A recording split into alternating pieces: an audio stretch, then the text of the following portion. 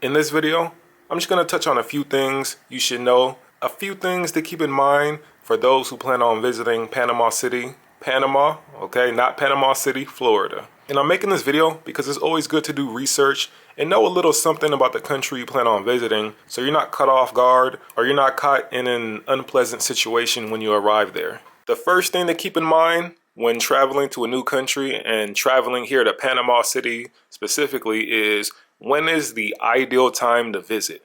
Because you don't want to get somewhere and let's say they're having their presidential election and now there's protest and rioting. Or you touch down somewhere and it's freezing cold or vice versa. It's blazing hot.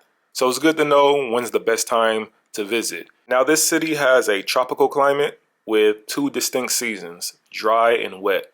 And from my research, the best time to visit is around mid-December to April because that's during the dry season. Whereas the rest of the year, it can rain a little bit more.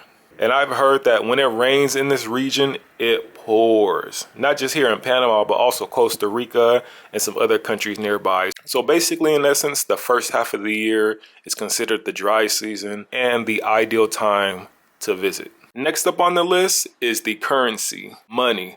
This is always good to know because when you're going to a foreign country, you need to understand their currency so you reduce the risk of getting taken advantage of and also so you don't pay more than you have to. Now for this section, I could keep it simple and just say that Panama uses the US dollar. However, you guys know I like to get detailed. I like to break things down. So to explain this part, Panama has its own currency called the Balboa with the B. And you may notice this whenever you walk into a supermarket and the prices have a B next to them. Now in Panama, the Balboa and the US dollar hold the same value. So 1 Balboa equals $1 US dollar, 2 Balboas, 2 US dollars, and so on. For some people who've never been here, this may seem a little confusing, like, oh man, I have to keep track of two currencies. But no, it's pretty simple because all the bills are in US dollars, in US currency.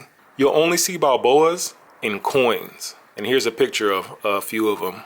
The only one, in my opinion, you really need to be familiar with is the coin all the way to the left, the silver and gold coin, because this is 1 Balboa, aka 1 US dollar. But to sum everything up, in Panama, everyone uses the US dollar. And since we're on the topic of money, let's get into the prices here because that seems to be an interesting topic, especially in my comment section. I'm guessing it's due to I was traveling South America for a little bit and people were so accustomed to the cheap prices, the $3 lunches, etc., etc.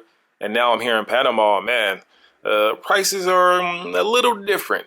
But I want to point out that here in Panama City, don't be fooled because it's considered a Latin country. They speak Spanish here. And maybe you've been to other countries where the cost of living was pretty low. That's not here. I would say the prices, to compare it, are similar to like average US prices. I know each city's different, but just take the average. The average price in the US and then take 30% off. Like the prices here are US during Black Friday. And look, I know if you're from Panama, you may disagree because you grew up here, you know the spots to get, $4, $3 meals. You have an auntie's, uncle's, cousin's, brother that can get you things for super cheap. But this section is more for like the average foreigner who's coming down here, first time, and maybe you don't really speak the language. You want to eat at some of the nicer restaurants, some of the nicer neighborhoods and areas, maybe a rooftop bar, some Italian food, some Caribbean food. So that's how I would describe the cost of living or some of the prices that I'm paying here in Panama City. It's the US cost with around a 30% discount. This brings me to my next point.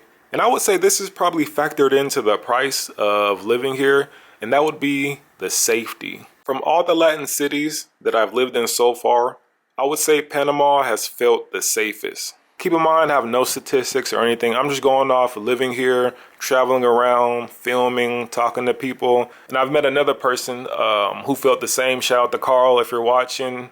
He's been living here he's been living here for a while. And he's traveled around South America to some of the hotspot countries. And he said that's one thing he enjoys about living in Panama City is that for him, he feels safe walking around with his watch, his cell phone out. Not saying nothing can happen here, but just in the areas that he resides, he feels comfortable. Next on the list is the fact that if you're coming from the US, you will not need a converter or an adapter for your electronics because the voltages here are similar. So using the outlets here will be just fine. However, I will say that if you love traveling, you're always in a new country, or you plan on traveling, one thing you should always have with you is a universal travel adapter. Because some countries have different outlets, and you don't want to be stuck somewhere, your phone's dead because you can't charge it. Next up is the phone plan. If you're staying in Panama City for only a week or two and you want local service so you can have internet to move around the city, and maybe you don't want to use your service provider from your home country due to prices and roaming charges, etc., you can easily get service here. One tip I would say though is don't get it from the airport. They got me. I spent $30 for 1 week of service, 1 week of internet, when I thought it was 1 month. That's what I asked for. But in the city, a SIM card will cost around $2, and then you can have internet for 1 week for $5. Last but not least, I want to point out that I forgot how it was worded, but I think this is the correct way of saying it. Panama is the only capital with a rainforest within city limits. So if you're into nature, you want to see monkeys and sloths and birds, things of that nature, you can head to the Metropolitan Park, Parque Metropolitano. Take a hike, take a stroll, and hopefully you'll come across some monkeys, birds that chirp and holler and hopefully don't growl. But that's also one of the interesting things of living here, is sort of like being in the jungle. With all that being said, these are just a few things to keep in mind if you're visiting Panama City soon. I hope this video has helped you. I hope you found some value in it, and I'll catch you guys at the next one. Deuces.